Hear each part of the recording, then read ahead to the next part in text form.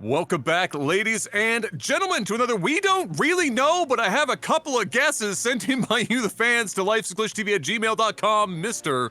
Maximus Black. Yup. Hit me up with an old school noise.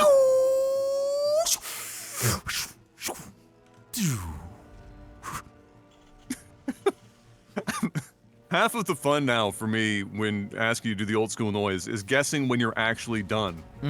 The old school noise, because you like to you sometimes give a little pause. Yep, and then I keep there, going a little bit. And then a little bit extra. You never quite know. It's like taking a piss in the middle of the night. You never quite know when you're finished. Top right. This is a barcode with only 3 bars. This man said, "I want to be different." It's a blue Zerg, and in the bottom left we have Orbital Depot. Somebody that I believe, if memory serves, we have certainly seen in the past, and this file was called Home Depot. So yes. I feel like Mr. Black and I were talking. I feel like I remember trying to name something that Orbital Depot did in the past, Home Depot, and it might have even turned into an Overwar Says. But I'm old and my memory is in shambles, and so it's in that neighborhood. We can expect some tomfuckery from Orbital Depot here, and we'll see if he can pull off whatever it is, because he is the one chessing, and it is a Will Cheese indeed, Mr. Black. Where does the term tomfuckery come from? Well, there's tomfoolery is the real term, and I just converted it into being it's just swearing for the sake of swearing. Well, where does tomfoolery come from? That is a very old term that I do not know the exact origin of, but it is much older than you or I. Yeah, I mean, I figured it was a white term, right? Because you don't hear any black folks saying, stop it all that tomfoolery. You know what I'm saying? Like, there's no Jamal foolery. It's just tomfoolery. When Jamal foolery would be fucking amazing. It doesn't really roll off the tongue quite as well, but Jamal foolery. No, it don't. All right, let me see here. Here we go. Tomfoolery. Here's your history lesson of the day as this Kyle tries to become sexy. From the earlier term tomfool, which was a generic name for a fool or jester, and may have been inspired by Thomas Skelton, a 16th century jester at Muncaster Castle. The word tomfoolery itself was first used in the early 1800s, combining tomfool with the suffix "uri" to describe foolish or playful behavior, so turning it into a verb. So there you go. All right. Well, SCV died, so this, as of right now, cannot be finished, but I'm sure he'll bring up another SCV to try and finish this. He is getting all kinds of fancy with this orbital, or what he's probably trying to get it to be, a planetary. He's got a bunker here, but I will say, a short barcode is doing a great job at defending. Like, he is pulling the Reapers out of position, got them out of the bunker, really needs to focus down to kill this, needs to bring this spine crawler here, like, earlier, and have this queen picking at this bunker, because this bunker is going to be a problem. So Reapers are going to be able to go in, regenerate their health, come back out, do damage, so on and so forth. And, these Kyles are starting to get pretty sexy. They are starting to get sexy. He did lose one there. He's going to lose... just gets into the bunker at the last second to clean up those Zerglings. Getting a lot of value out of those Kyles early. And there's the spine crawler's been at least moved forward enough to get in range of this bunker. He's going to try to repair it, but I don't know. Why is he pulling drones? He has to pull drones? Okay, all right. Oh, he's just sending them down there. Okay, but unfortunately, look. Right-click on the fucking... on the mules, bro. You're in range, at least for these two. Like, just right-click on him. Okay, he's got a second one coming up. He's gonna have to transfuse this. He injects instead. He has enough for another transfuse. There's the transfuse. Attack the mules! Thank you! Holy crap! What an enormous amount of value out of that one Reaper that was in there for ages. Look at this. Now up to 3 in here. And I think he's out of range too. From both sides. Yeah, cheeky little mule.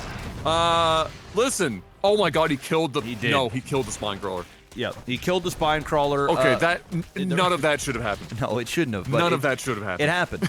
The planetary is happening as we speak. We've got a ninja up there. We've got an expansion going here. This is a lot of aggression early on. It's not enough aggression to end the game. But I mean, holy tits, he is in trouble now, because now he's basically got to break through this in order to get out, or he's got to layer tech, get into a Nidus, and then Nidus on the other side, which is what I would do at this point. You know, running a whole bunch of units into this. He's basically Home Depot in his ass right now. He's saying, nah, that's it. You shall not pass. This. You ain't moving. You're going to have to Nidus. And Terran needs to be ready for a Nidus. Like, you are forcing your opponent to do that. Yeah, or at the very least, Muta. All right, well, like so he either has to go around it with air. There's the Spire, or he has to go with the Nidus play. So yeah, I mean, I have to assume, given what we're seeing from Orbital here, that he would know. There it is. There's a turret going into the mineral line. That he is in fact doing that. He is forcing his opponent into some very specific outs to try to pull themselves back into this game. But this is diabolical. I mean, this is that's dirty. It is dirty. I mean, in order for this to really work, which, in fairness, this is one of those things that's kind of so unique on the ladder that people would, unless obviously there's something floating around that we just don't see on LAGTV. You know, you're not going to see this with such frequency that you're likely going to be looking at it and going, yeah, I know how to get out of this in one piece. Like, nobody... It's tough. Nobody likely has... Yeah. It's the answer to this. Yeah. Yeah, in the back of their mind, right? It's unorthodox for sure. Yeah. Siege tank is here, so he's probably going to siege it right in this little nook, because he wants to be close enough where the planetary can hit something coming at him, but also close enough where he can start attacking this hatch. This is going to put on a lot of pressure onto Short Barcode here. Like, he is in it now, and he needs to almost refrain from burning all of his transfuses on this, because you're only really delaying the inevitable. This is specifically why I think Nidus is more of the play. Because, yeah, if you're getting Mutas and he already got scanned, you're gonna put missile turrets here. It's game over now. I think he's just saying, screw it, I'm just going in. I mean, I can appreciate the attempt, but you needed to Nidus. Like, you just did. I'm sorry. Well, the Nidus also allows you to get your drones out and get into your ninja expansion that never get a chance to be used, right? Correct. Where if you go for Muta, it's just, you know, it is an option, but it is a limited option. Turrets are cheap. They're easy to get to. Just, you know, you need to have a lot of Muta to go up against a Terran in general. And so while Muta is an option, I agree. I don't know if that was it here, but at the same time, I can also see why in the midst of all this bullshit, you're not going to make optimal decisions. I mean, if I'm coming up against this on the ladder, I'm also in shambles. I don't know what the fuck. I don't know it's tough. I mean, it's tough. It's just with Mutas, you only can do so much. And Terran, they automatically are building Marines. It's so cheap to have a bunch of turrets. And also, if you just get the Nidus, like you said, you can go over, take your drones to your ninja, right? You can put a Nidus here, like his base is wide open. Yeah, he's got a planetary, but you want to get into the main. And you just fuck him basically from the inside out, and that's pretty much that. If not, you know, and plus, when you do the Nidus, a lot of his minerals and aggression are through structures. They're not really through units. So yes, you're gonna lose the natural, but he's gonna use a lot of his resources, a lot of his energy, just a lot of his brain power on this, and not necessarily worrying about at home and getting a large amount of units. Which then, if you're flooding him, you know, you're gonna win. You're just gonna win the game. Going Muta is like, yeah, it can work if your opponent is dumb, and like they don't scan and they don't think, oh, this could be possible error. And that's just not what happened here. So he's in a whole slew of trouble. He should have enough Mutas here to be able to kill this. He just needs to basically pull and go. Like literally, he's got 36 drones. Like, in these positions, when you've got 36 drones and you only can have a max of 8 of them going at once, pull the majority of your drones Move them into the Marines and Siege Tank. I know you're sacking a bunch. Then go in with your Mutas, because your drones are going to be tanking all of that DPS, and you're going to lose much fewer Muta, and you'll be able to clean it up. And who cares if you lose 20 drones? You still can only get a max of 8 mining at once, plus your 3 on each. So, you're looking at 14 drones that you'd only really be able to use effectively anyway. Anything above and beyond that is just useless to have, especially since you don't have a Nidus and you can't get them out to your to your natural. Anyway, I'll shut up. Yeah, no, it is. That is basically what you'd have to do here. Although even then, it's going to be a challenge. Just that tank alone is just a pain in the ass, and of course he's got just enough Marines to ensure that he can't just tank all that damage with the Muta. As we're seeing now he's got a medevac as well. That really just kind of solidifies where we're at right now. And the turrets are being built. Bad time. That's tough. I mean, this is tough. This is a rough position to be in. I do think that for what we've seen here on this channel, which encompasses probably the largest range of skill that you're going to see in on the ladder, from very low league to at least up to masters. What seems to be the answer as soon as you get something like this happening with Zerg, the thing that wins the most seems to be defend one base Nidus and like a macro hatch, and just wait. That's how you win. Yeah, is with that. Yeah, doing it any other way, while possible, seems to require so many more pieces to fall in place. Yeah, that it just seems to be just like you're seeing here. It just becomes, like you were saying, you pause the game to be able to describe like the grand strategy, but when you're in it, it just becomes like this way more insurmountable thing to have to deal with, and you get a result like this. But I mean, Orbital, just the unorthodox nature of this is wild to me, and I gotta respect it.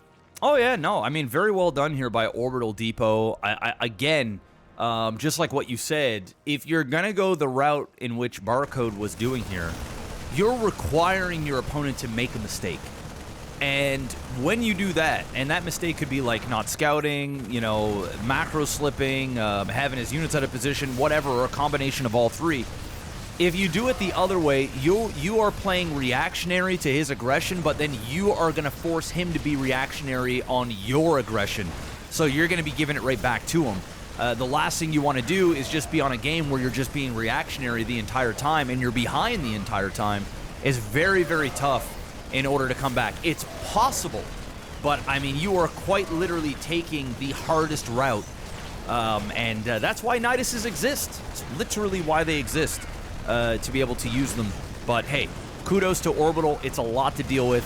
It's pretty much all over but the crying now, and maybe he will cry here pretty soon. Barcodes do get a little salty, and trust me, I know, I am one of them. But I typically don't bitch in-game. I just like complain on stream to myself and then rage quit. Kind of weird to be a barcode, but only 3 bars. Because it defeats the purpose. You're now identifiable. Yeah, exactly. It's it does defeat the purpose. I do commend Orbital's whole strategy here in general. Very unique indeed, and really making a lot of use of a variety of units and whatnot, and getting his SCVs involved. Really, he had a lot of moving parts. Like, we were doing a lot of talk around how Zerg could have defended that, because that's kind of the crux of what you get out of this cast. But Orbital had a lot of moving parts there that they were managing very well, and doing a lot of small things well enough to make it so that the defense was so difficult. All credit for that. I love unorthodox shit. I just love it, because you see a lot of the same stuff all the time. So anytime we get a little something special, a little something new, and executed well, I'm all for it. It's why back in the day, Boxer was my favorite player, because he was playing. Nobody else was doing shit that he was doing. There might have been better players, but he'd come out in a game, and he would have he just came up with some shit that nobody's ever thought of, and would make it work. That's what makes strategy game's exciting. So shout outs to Orbital, and just generally speaking, pretty good shot. Mini barcode, not Yeah, bad considering, but Tough. great game. Yeah, good game. Guys, NordVPN, link in the description below. Go grab that subscription, take a screenshot, send it to us, to our email, lifesaglitchtv@gmail.com, with a replay of your choice under 30 minutes. And we're going to cast it the following week. Big thanks to everybody that's been re-upping. And we shall see you guys on the next one. Peace out.